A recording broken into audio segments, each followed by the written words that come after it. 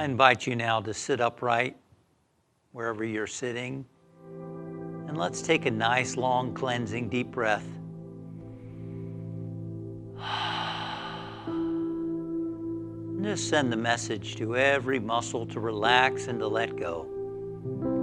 Becoming aware of your feet and your calves. And sending the message, relax, relax. Let go. Let go, let go, let go. Bring your awareness behind your knees. Sometimes we hold tension there. Relax, relax. Relaxing the thighs.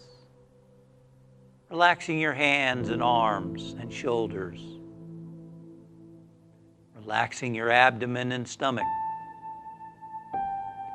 Becoming aware of your back, relaxing the muscles in your back, the upper, the middle, the lower.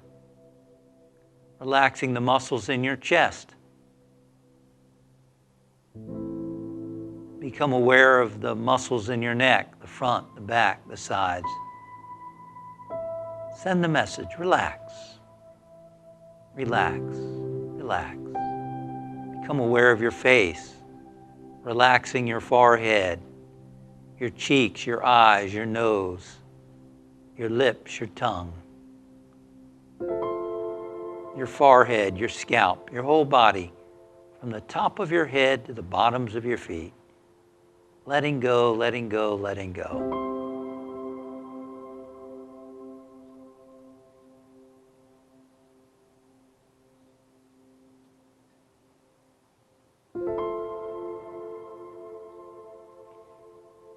The disciples asked Jesus to teach us to pray. And Jesus gave the words of what we know as the Lord's Prayer, or the Our Father. He didn't mean that if you want to pray, you just repeat those words. In fact, he didn't even mean that you need to repeat those words all the time. But rather, the words contain a keys upon which we can build our spiritual life. Our Father. The word "our" is important. It's the Father of everyone. In those days, it was inconceivable in that part of the world that the Creator could be a woman or a feminine mother for most people at that time.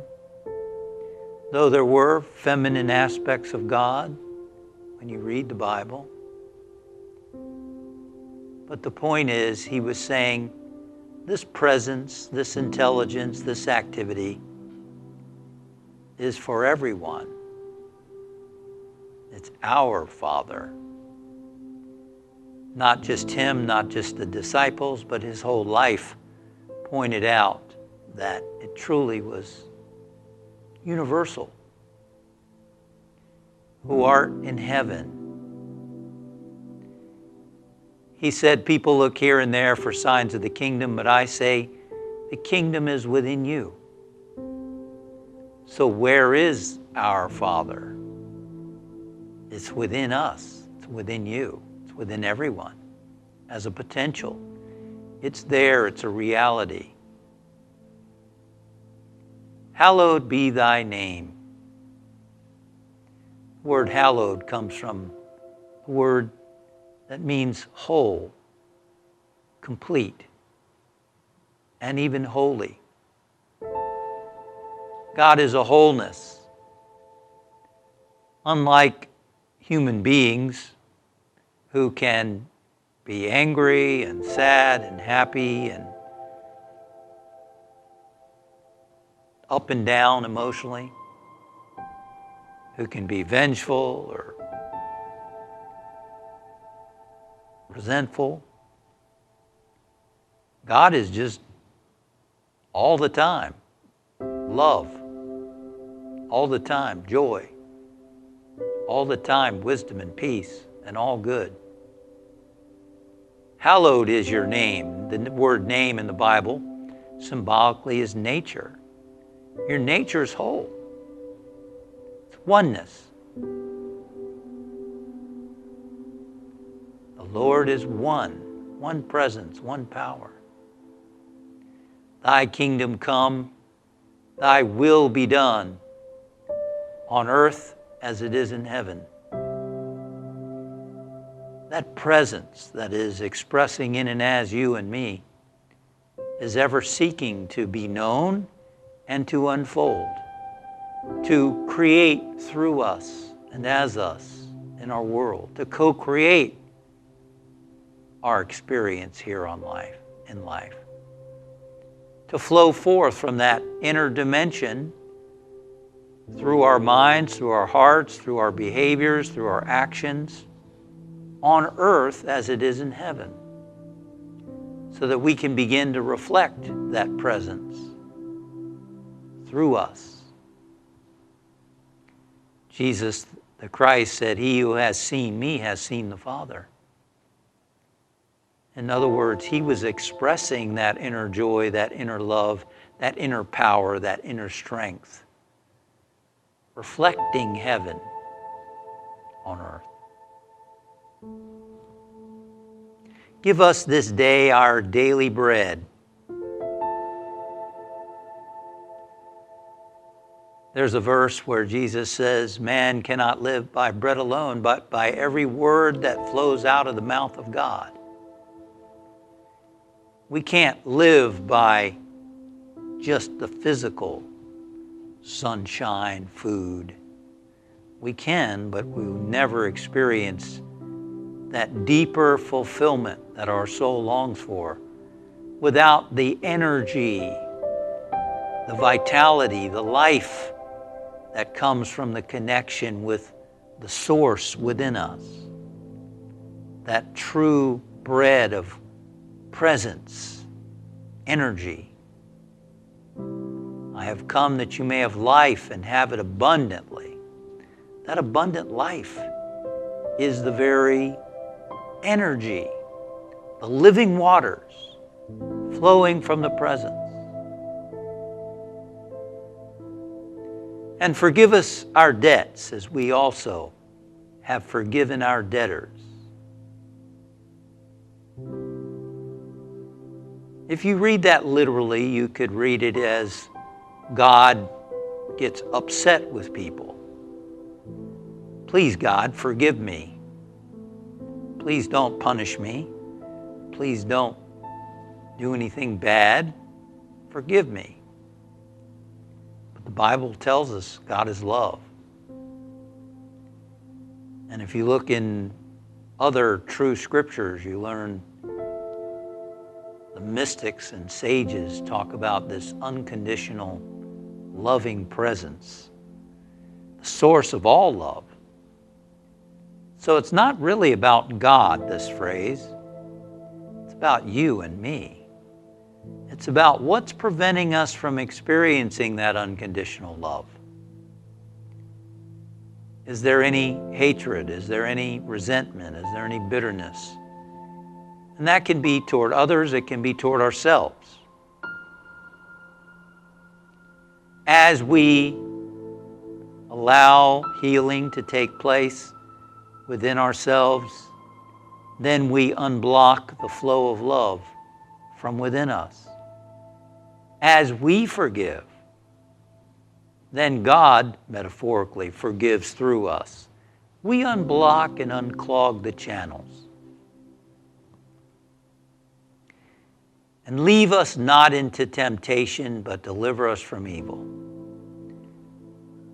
Like Charles Fillmore, the co-founder of Unity, I prefer the interpretation, leave us not in temptation, into temptation. Because God would not lead us into temptation. God is the very strength and power to help us overcome temptation. God is the great enticement when we taste of those living waters of the presence within us, other things pale in comparison.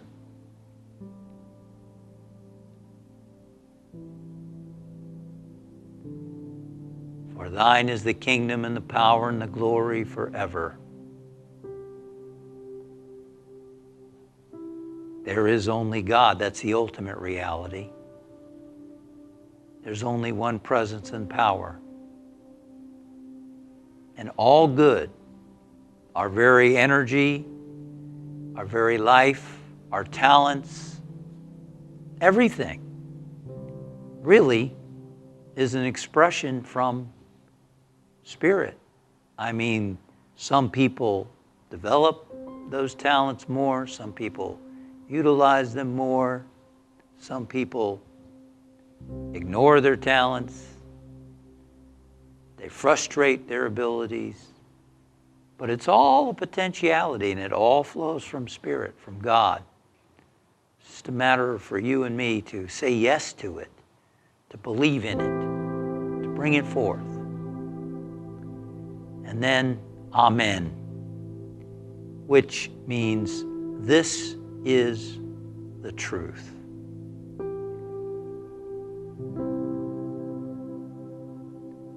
So we go forth with this realization. And I'd like you to just take a moment now to take in those words, to rest in the stillness, to experience the bread of life, the kingdom within, in the quiet.